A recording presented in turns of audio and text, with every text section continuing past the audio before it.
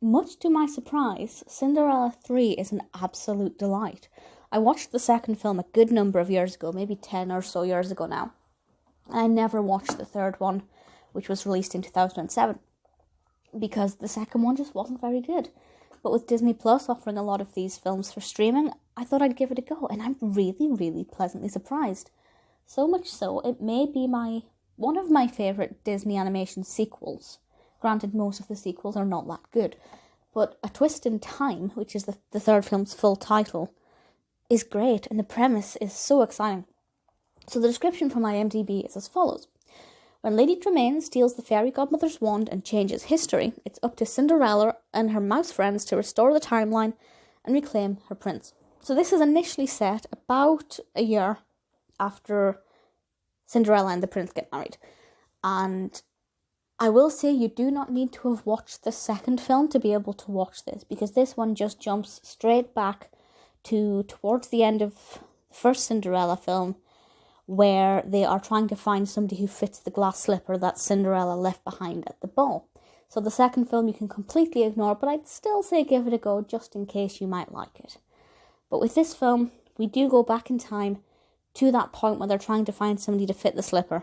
And Lady Tremaine, Anastasia and Drizella are all aware that they've gone back in time, but Cinderella is not. She's not aware of that. And neither is Prince Philip, of course.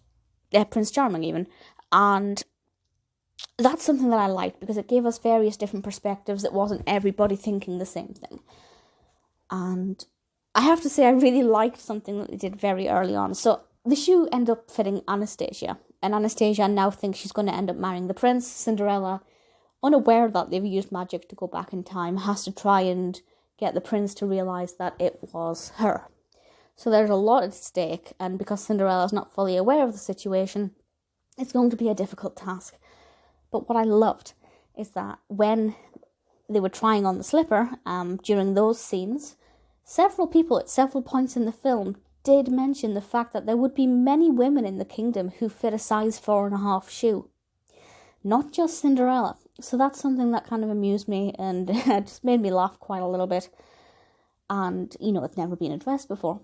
So I really like the narrative. I think it developed very well. I think Anastasia as a character had a really pleasing character development that, we rarely get with Disney villains in sequels unless it's their sequel, like, Maleficent, or that's not a sequel, but you know what I mean. Unless the film has a focus on the villain, we rarely get any real character development, but we get that from Anastasia, who arguably is not a villain. Maybe she is.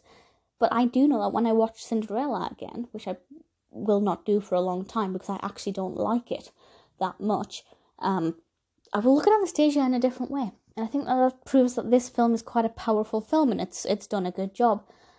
The soundtrack is beautiful. It's so gorgeous. Cinderella's singing voice is by Tammy Tappan. She's got a beautiful voice. She's spoken by Jennifer Hale, and Hale has actually voiced Cinderella for about 10 years at least, 20 years even.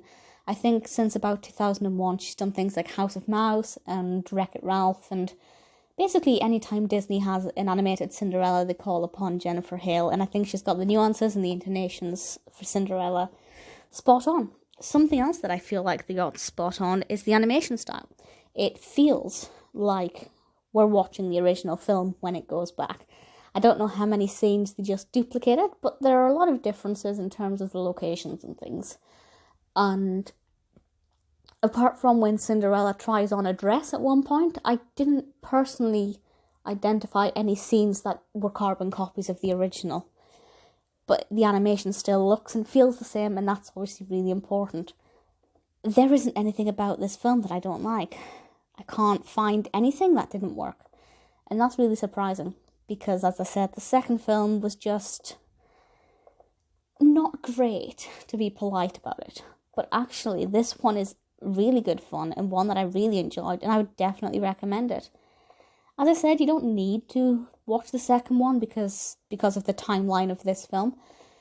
But I'd still say give the second one a go, just in case you like it. You might find that it works well for you, and that's obviously fantastic if it does. For me, not so much.